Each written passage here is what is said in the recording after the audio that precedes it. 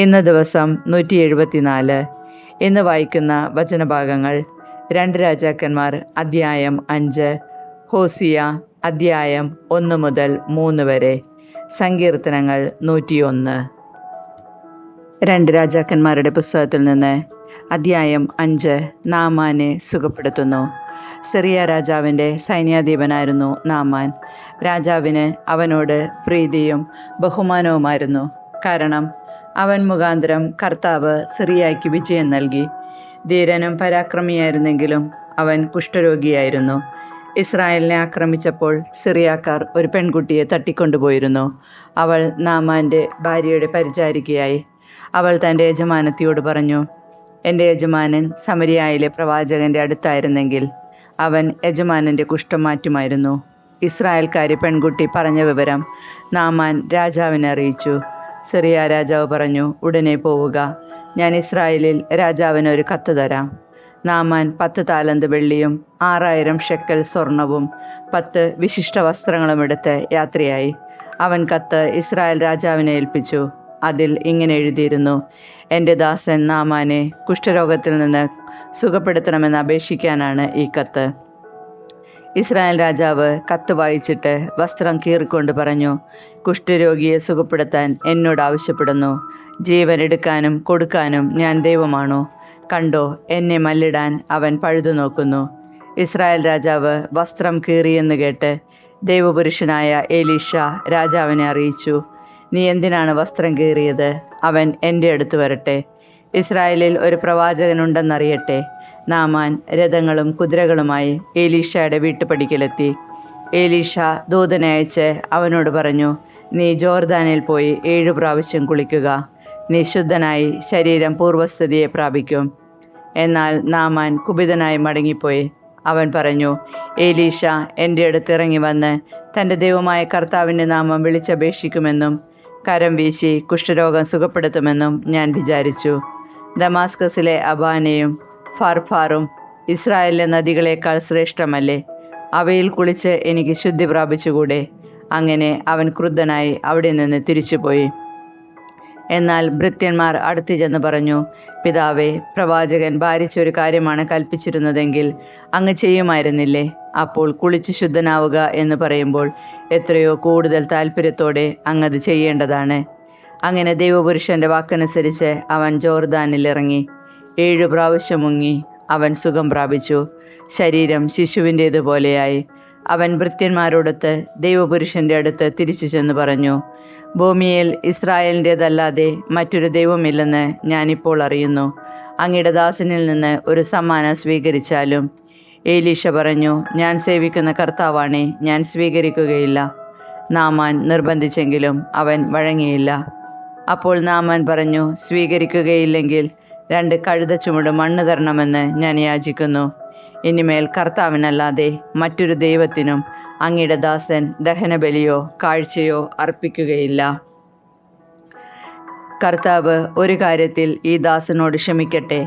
എൻ്റെ യജമാനൻ എൻ്റെ കയ്യിൽ ചാരിക്കൊണ്ട് റിമ്മോൻ ക്ഷേത്രത്തിൽ ആരാധനയ്ക്ക് പോവുകയും ഞാൻ അവിടെ വണങ്ങുകയും ചെയ്യുമ്പോൾ കർത്താവ് അതെന്നോട് ക്ഷമിക്കട്ടെ. എലീഷ പറഞ്ഞു, സമാധാനമായി പോവുക. നാമാൻ കുറച്ചു ദൂരം പോയി. അപ്പോൾ ദൈവപുരുഷനായ എലീഷയുടെ ഭൃത്യൻ ഗഹസി ചിന്തിച്ചു, എൻ്റെ യജമാനൻ സിറിയക്കാരനായ നാമാൻ കൊണ്ടുവന്നതൊന്നും സ്വീകരിക്കാതെ വിട്ടയച്ചിരിക്കുന്നു. കർത്താവാണേ, ഞാൻ അവൻ്റെ പിറകെ ചെന്ന് അവനോട് എന്തെങ്കിലും വാങ്ങും. ഗഹസി നാമാനെ പിന്തുടർന്നു. പിറകെ ഒരാൾ ഓടി വരുന്നത് കണ്ട് നാമാൻ അവനെ സ്വീകരിക്കാൻ രഥത്തിൽ നിന്നിറങ്ങി കാര്യം തിരക്കി. അവൻ പറഞ്ഞു, എല്ലാം ശുഭം തന്നെ. എഫ്രായിം മലനാട്ടിൽ നിന്ന് പ്രവാചകഗണത്തിൽപ്പെട്ട 2 ചെറുപ്പക്കാർ ഇപ്പോൾ എൻ്റെ അടുക്കൽ വന്നിരിക്കുന്നു. അവർക്ക് 1 താലന്ത് വെള്ളിയും 2 വിശേഷ വസ്ത്രങ്ങളും തന്നയക്കണമെന്ന് അപേക്ഷിക്കുന്നു എന്ന് യജമാനൻ പറഞ്ഞയച്ചിരിക്കുന്നു. 2 താലന്ത് സ്വീകരിച്ചാലും എന്ന് നാമാൻ അവനെ നിർബന്ധിച്ചു. അവൻ 2 താലന്ത് വെള്ളിയും 2 വിശേഷ വസ്ത്രങ്ങളും സഞ്ചിയിലാക്കി 2 ഭൃത്യന്മാരുടെ തോളിൽ വെച്ചു കൊടുത്തു. അവർ അത് ചുമന്നുകൊണ്ട് ഗഹസിയുടെ മുമ്പേ നടന്നു. മലയിലെത്തിയപ്പോൾ അവനത് വാങ്ങി വീടിനുള്ളിൽ വെച്ചതിനു ശേഷം ഭൃത്യന്മാരെ തിരിച്ചയച്ചു. അവൻ അകത്ത് തൻ്റെ മുന്നിൽ വന്നപ്പോൾ എലീഷ ചോദിച്ചു, ഗഹസി, നീ എവിടെയായിരുന്നു? അവൻ പറഞ്ഞു, അങ്ങയുടെ ദാസനെങ്ങും പോയില്ല. എന്നാൽ ഏലീശ പറഞ്ഞു, അവൻ നിന്നെ സ്വീകരിക്കാൻ രഥത്തിൽ നിന്നിറങ്ങിയപ്പോൾ എൻ്റെ ആത്മാവ് അവിടെ ഉണ്ടായിരുന്നില്ലേ? പണം, വസ്ത്രം, ഒലിവ് തോട്ടങ്ങൾ, മുന്തിരിത്തോട്ടങ്ങൾ, ആടുമാടുകൾ, ദാസീദാസന്മാർ ഇവയെ സ്വീകരിക്കാനുള്ള സമയമായിരുന്നു അത്. നാമാൻ്റെ കുഷ്ഠം നിനക്കും നിന്റെ സന്തതികൾക്കും എന്നേക്കുമായി വന്നു ചേരും. അങ്ങനെ അവൻ കുഷ്ഠരോഗിയായി മഞ്ഞുപോലെ വെളുത്ത് എലീശായുടെ സന്നിധി വിട്ടുപോയി. ഹോസിയായുടെ പുസ്തകത്തിൽ നിന്ന് അധ്യായം 1. ഹോസിയായുടെ മക്കൾ ഉസിയ, യോദാം, ആഹാസ്, ഹെസക്കിയ എന്നിവർ. യൂദായുടെയും യോവാഷിൻ്റെ മകൻ ജെറോബോവാം ഇസ്രായേലിൻ്റെയും രാജാക്കന്മാരായിരുന്ന കാലത്ത് ബേരിയായുടെ മകൻ ഹോസിയായ്ക്ക് കർത്താവിൻ്റെ അരുളപ്പാടുണ്ടായി. ഹോസിയ വഴി കർത്താവ് നൽകിയ സന്ദേശത്തിൻ്റെ തുടക്കം.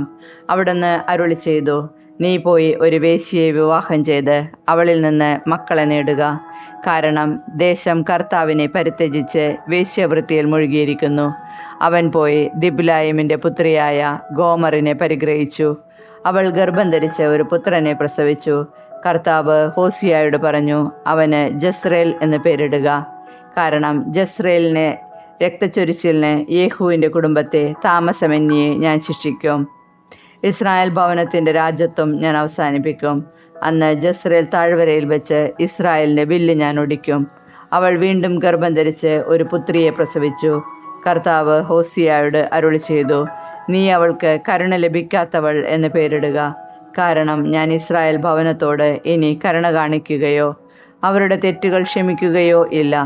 എന്നാൽ യൂദാ ഗോത്രത്തോട് ഞാൻ കരുണ കാണിക്കും. വില്ലോ വാളോ യുദ്ധമോ കുതിരയോ കുതിരപ്പട്ടാളമോ അല്ല, അവരുടെ ദൈവമായ കർത്താവ് തന്നെ അവരെ രക്ഷിക്കും. കരുണ ലഭിക്കാത്തവളുടെ മുലകുടി മാറിയപ്പോൾ ഗോമർ ഗർഭം ധരിച്ച് ഒരു പുത്രനെ പ്രസവിച്ചു. കർത്താവ് അരുളി ചെയ്തു, അവന് എൻ്റെ ജനമല്ല എന്ന് പേരിടുക. കാരണം നിങ്ങൾ എൻ്റെ ജനമല്ല, ഞാൻ നിങ്ങളുടെ ദൈവവുമല്ല. എങ്കിലും ഇസ്രായേൽ ജനം കടൽ തീരത്തെ മണൽത്തരി പോലെ അപരിമേയവും സംഖ്യാതീതവുമാകും. നിങ്ങൾ എൻ്റെ ജനമല്ല എന്നത് പറഞ്ഞതിനു പകരം ജീവിക്കുന്ന ദൈവത്തിൻ്റെ പുത്രർ എന്ന് അവരെപ്പറ്റി പറയപ്പെടും. യൂദായിലെയും ഇസ്രായേലിലെയും ജനം ഒന്നിച്ചു ചേരും. അവർ തങ്ങൾക്കായി ഒരു തലവനെ നിയമിക്കും. അവർ ദേശത്ത് പടർന്ന് ഐശ്വര്യം പ്രാപിക്കും. ജസ്രേലിൻ്റെ ദിനം മഹത്വപൂർണമായിരിക്കും. ഹോസിയയുടെ പുസ്തകത്തിൽ നിന്ന് അധ്യായം 2. അവിശ്വസ്തയായ ഭാര്യ. നിങ്ങളുടെ സഹോദരന്മാരെ എൻ്റെ ജനമെന്നും സഹോദരിമാരെ അവർക്ക് കരുണ ലഭിച്ചു എന്നും വിളിക്കുക. നിങ്ങളുടെ അമ്മയോട് വാദിക്കുക. വേശ്യാവൃത്തി വലിച്ചെറിയാനും മാറിൽ നിന്ന് പരസംഗം തുടച്ചു മാറ്റാനും അവളോട് വാദിക്കുക. അവൾ എൻ്റെ ഭാര്യയല്ല, ഞാൻ അവളുടെ ഭർത്താവുമല്ല. അല്ലെങ്കിൽ ഞാൻ അവളെ വസ്ത്രാക്ഷേപം ചെയ്യും.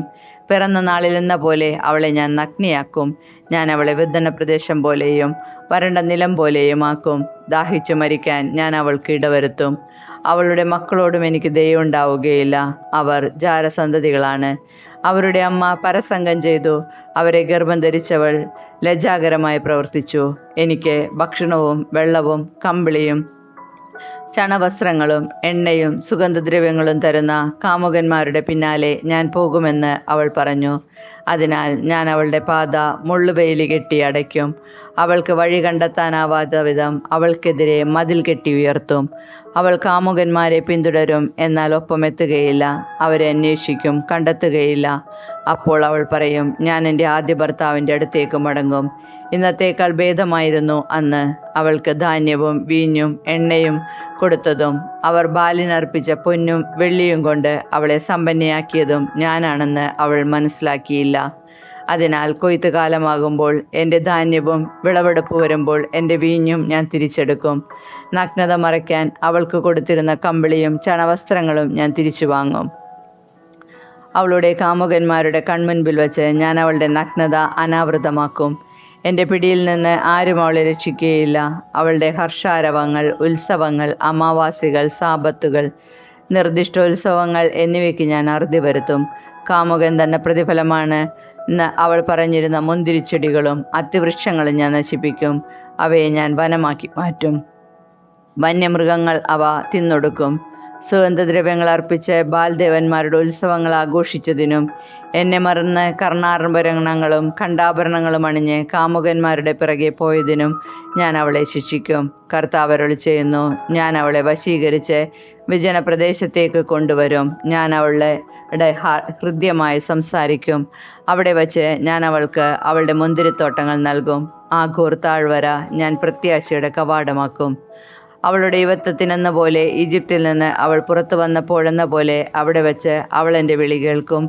കർത്താവ് അരുളി ചെയ്യുന്നു, അന്ന് നീ എന്നെ പ്രിയതമൻ എന്ന് വിളിക്കും. എൻ്റെ ബാൽ എന്ന് നീ മേലിൽ വിളിക്കുകയില്ല. ബാൽ ദേവന്മാരുടെ പേരുകൾ അവളുടെ അധരങ്ങളിൽ നിന്ന് ഞാൻ അകറ്റും. മേലിൽ അവരുടെ പേരുകൾ അവൾ ഉച്ചരിക്കുകയില്ല.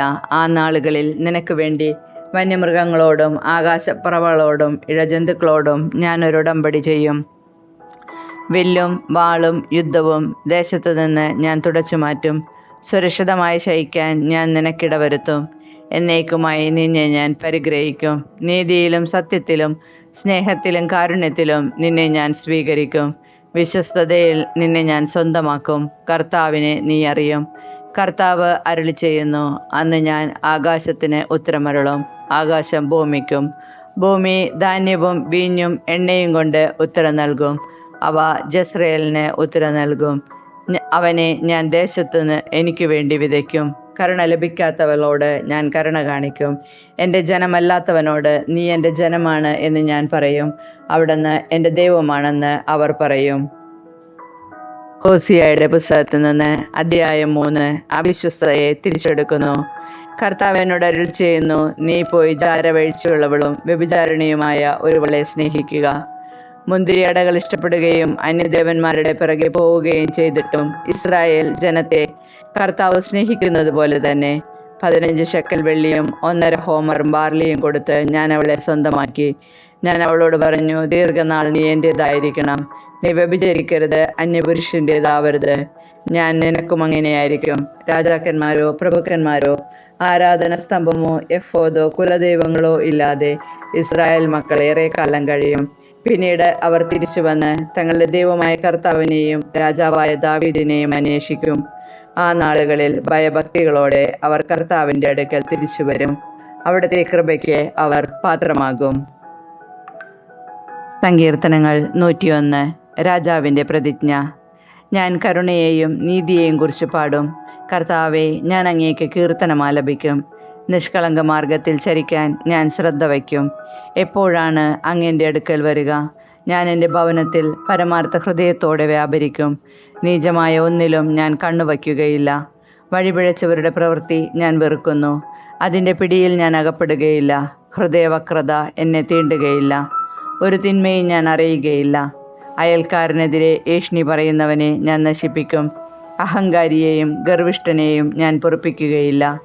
ദേശത്തുള്ള വിശ്വസ്തരെ ഞാൻ പ്രീതിയോടെ വീക്ഷിക്കും. അവർ എന്നോടൊത്ത് വസിക്കും. നിഷ്കളങ്ക മാർഗത്തിൽ ചരിക്കുന്നവൻ എൻ്റെ സേവകനായിരിക്കും. വഞ്ചന ചെയ്യുന്ന ഒരുവനും എൻ്റെ ഭവനത്തിൽ വസിക്കുകയില്ല. നുണ പറയുന്ന ഒരുവനും എൻ്റെ സന്നദ്ധിയിൽ തുടരാനാവുകയില്ല. ദേശത്തെ ദുഷ്കർമ്മികളെ പ്രഭാതം തോറും ഞാൻ നിഗ്രഹിക്കും. കർത്താവിൻ്റെ നഗരത്തിൽ നിന്ന് അധർമ്മികളെ ഞാൻ നിർമ്മാർജ്ജനം ചെയ്യും.